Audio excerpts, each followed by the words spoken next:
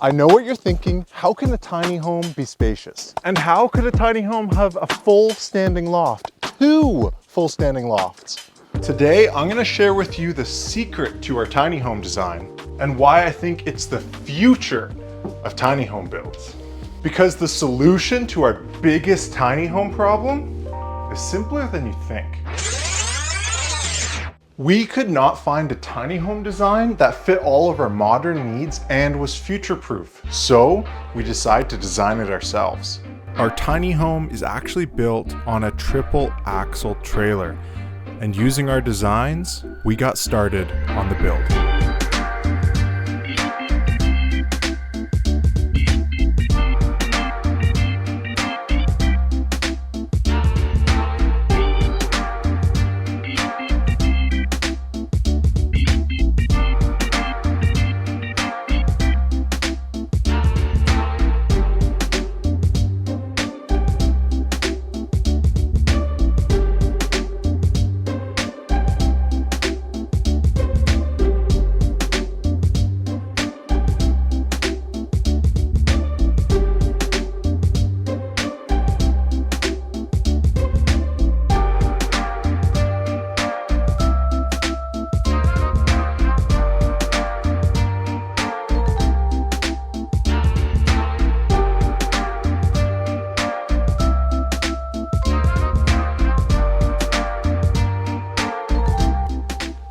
When you enter through the front door to our tiny home, you're brought to our main space, which is our kitchen. It's a full-size kitchen and it features an 11-foot vaulted ceiling, which allows a lot of light and makes it feel super spacious. On this end, we have our banquette seating for dining with a rollout island, and I promise I will get to those countertops very soon, so stay tuned for that. On this end is our living room with our wood stove, and we're gonna do some cabinetry under the TV there. But you can see it's a very spacious living room with a full-size couch.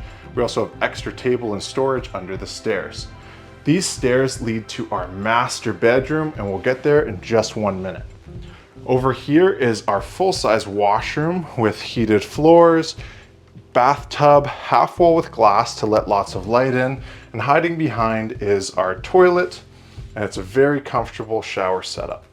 We also hide our utilities in here behind that closet there, and we also have our laundry, our vanity, coat storage, and lots of storage under the stairs there. So let's head up to our second floor and let's see how we did this full-size loft. These lofts are the best part of our tiny home. They give quite a bit of privacy, and it's really unique because you feel like you're entering another room in a tiny home, which is a weird experience. This second bedroom for now is my office and also where we're keeping our clothes until we figure out a cool system to be a closet for clothing. But it's all made possible because of our lift-off loft system that we designed that allows us to have 7'3" on this side and 5.5 on this side, which is plenty space. Let's take a look at exactly how that works up here in our master bedroom. The lift-off system allows us to achieve this full standing height in the second loft. That's because for a tiny home on wheels, it needs to be a maximum height to be able to go on the road. Our maximum height is right here in this center line of 13'6".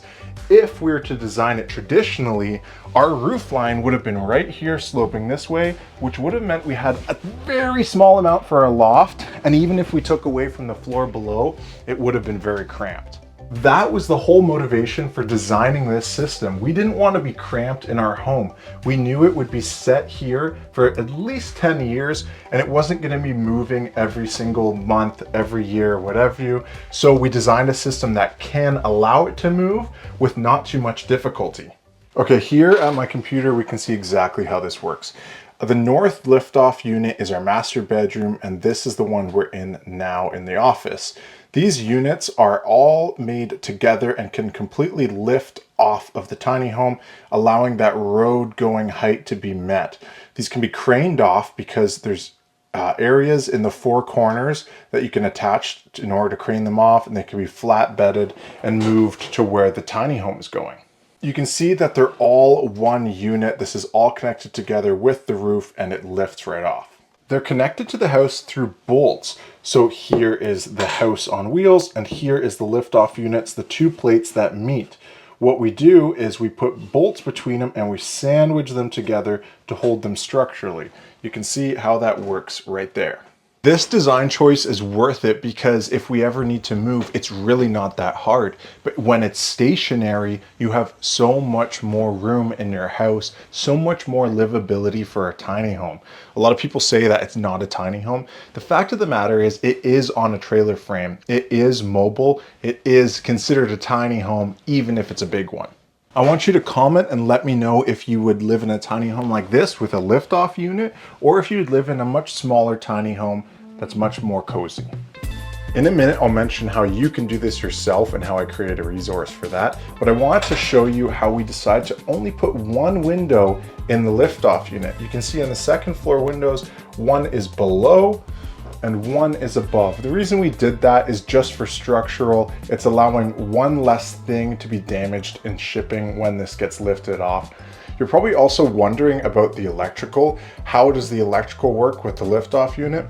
Well, it comes up between the studs here and there's tons of excess. So when this needs to be taken off and removed, the electrical can just be cut, a junction box can be put in, and then can be reattached when it's lifted and let down back onto the trailer frame. There are so many parts of our tiny home that we planned and designed from scratch to fit our needs. And the lift-off units are just one of them. So make sure you subscribe to see more of the cool stuff that we've done to make our lives so much easier. Sadie's just taking a nap. We've lived in a tiny home for almost 2 years now, and I can't imagine doing this any other way.